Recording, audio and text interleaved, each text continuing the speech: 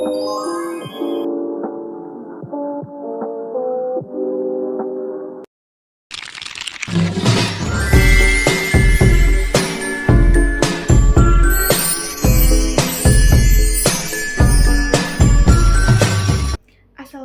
warahmatullahi wabarakatuh. Perkenalkan, nama saya Nada Furkani dengan NIM 230003675. Di sini saya merupakan mahasiswa program studi gizi. Dalam kesempatan kali ini saya akan memaparkan proses asupan gizi tahap edukasi sesuai dengan standar pelayanan gizi. Kemudian, edukasi ini ditujukan kepada pasien bernama Tuan S dengan diagnosis penyakit ginjal kronik stadium 5 yang menjalani terapi hemodialisis dan disertai dengan kondisi gagal jantung kongestif. Nah, proses edukasi ini yang akan dilakukan meliputi pembukaan dan pembentukan hubungan saling percaya, penilaian pemahaman awal pasien, penyampaian materi edukasi, pemantapan pemahaman, serta penutup dengan penguatan motivasi. Mari kita simak bersama. Selamat pagi, Bapak. Pagi, Bu. Perkenalkan, nama saya Nada Furkani, saya dari Poli Gizi yang akan mendampingi Bapak. Di sini tujuan saya ingin membahas hasil pemeriksaan dan pola makan Bapak sebelumnya untuk membantu proses pemulihan pasca hemodialisa. Baik, Bapak bagaimana keadaannya hari ini? Masih agak lemas dan agak sesak sesekali, tapi sudah lebih baik dari yang kemarin. Oh, baik Pak. Mari kita bahas satu persatu ya Pak. Pertama, dari hasil pengukuran, tinggi badan Bapak itu 163 cm dan berat badan Bapak setelah cuci darah itu 51 kg. Kemudian lingkar lengan atas Bapak itu 25 cm yang dimana menunjukkan adanya resiko gizi kurang pada otot, yang dimana sering terjadi pada pasien dengan kondisi seperti Bapak ini karena pengaruh dari penyakit ginjal dan juga asupan makan Bapak yang kurang. Oh, jadi saya kekurangan gizi ya, Bu? Benar, Pak. Ini terlihat dari hasil laboratorium sebelumnya di mana kadar hemoglobinnya itu 10 mg per desiliter yang artinya Bapak itu mengalami anemia atau kurang darah. Kemudian kadar albuminnya yang rendah yang dimana menandakan asupan protein Bapak itu sangat kurang dan beresiko pada tahap penyembuhan. Selain itu, ureum dan kreatinin Bapak itu sangat tinggi, di mana menunjukkan fungsi ginjal Bapak sudah sangat menurun, sehingga perlunya diet khusus. Iya, Bu. Saya memang jarang makan banyak, sering mual dan tidak nafsu makan. Saya lihat dari hasil recall Bapak itu, asupan energi Bapak sebelumnya hanya sekitar 50%, kemudian proteinnya itu 39% dan lemaknya itu 33% dari kebutuhan.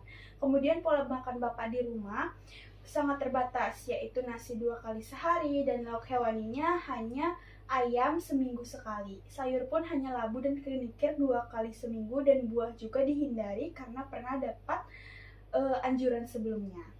Iya, Bu. Saya takut makan sembarangan, jadi saya mengurangi makan. Justru itu yang perlu kita perbaiki, Pak. Jika asupannya kurang, tubuh Bapak itu akan semakin lemah dan gejala mual dan anemia itu akan semakin bertambah dan pemulihan jadi terhambat. Bapak perlu makan dengan porsi yang cukup tetapi dengan pengaturan jenis makanan yang tepat. Lalu apa yang harus saya lakukan, Bu? Di sini saya membuatkan Bapak leaflet yang dimana dapat melihat informasi tentang kondisi Bapak dan kebutuhan sehari Bapak itu berapa. Kita bisa lihat 4 hal dari protein Bapak dalam sehari itu sekitar 68 gram per hari. Bisa didapat dari kulit ayam tanpa kulit, ikan, telur, tahu dalam jumlah yang terukur. Ini untuk mencegah pemecahan otot dan memperbaiki kadar albumin Bapak.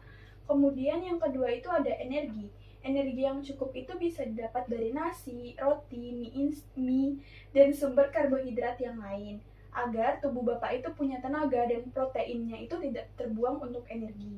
Kemudian di sini kita harus membatasi cairan, yang dimana cairan Bapak itu maksimal 1 liter per hari. Itu sudah termasuk kuah dalam sayur, susu, dan buah yang berair.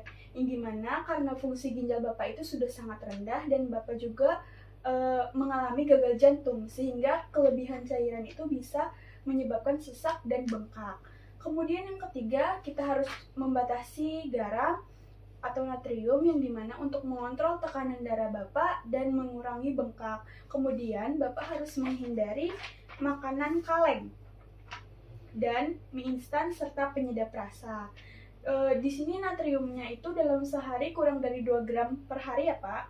Kemudian yang keempat itu ada membatasi kalium, di mana buah dan sayur tertentu seperti pisang, alpukat, dan sayur hijau itu perlu dibatasi karena memiliki kandungan kalium yang tinggi dan bisa berbahaya untuk jantung Bapak. Bapak bisa memilih pepaya, apel, dan buncis serta labu siam. Bagaimana cara praktisnya, Bu? Saya khawatir tidak bisa menghitung. Tenang Pak, di leaflet ini saya sudah membuatkan contoh menu lengkap untuk 1 hari ya Pak, dari sarapan sampai makan malam dengan takaran rumah tangga. Di situ ada sendok, centong maupun potong agar memudahkan Bapak. Misalkan di pagi hari itu Bapak ada yang bisa makan nasi putih 1,5 centong, ayam bumbu kuning 1 potong, kemudian 1 potong tahu dan tumis labu siam serta pepaya 1 potong. Yang penting makan sedikit-sedikit tapi sering agar tidak memberatkan lambung dan membantu penyerapan gizi. Kalau untuk buah, pepaya dan apel saja ya, Bu? Betul Pak, untuk sementara Bapak menghindari pisang dulu, kemudian alpukat, melon, durian, dan jeruk. Sayur juga kita memilih yang rendah kalium seperti yang ada di contoh menu. Saya paham, Bu. Apakah ada pantangan lain? Kemudian di situ ada bahan makanan yang tidak dianjurkan. Di situ Bapak bisa menghindari jeroan, kemudian makanan berlemak seperti kulit ayam dan gaji, kemudian makanan asin seperti ikan asin, kerupuk, dan makanan kaleng. Bapak bisa memberitahukan kepada istri Bapak menggunakan bumbu alami seperti bawang, jahe, atau kunyit untuk memberi rasa pada makanan. Kemudian untuk pengolahan masakan itu lebih baik dengan cara dikukus, ditumis, atau dipanggang agar tidak terlalu banyak kuah. Baik, Bu. Saya akan mencoba menerapkannya perlahan-lahan. Baik Pak, perubahan memang butuh proses. Yang penting kita bisa memantau gejala bengkak, sesak, dan tekanan darah Bapak.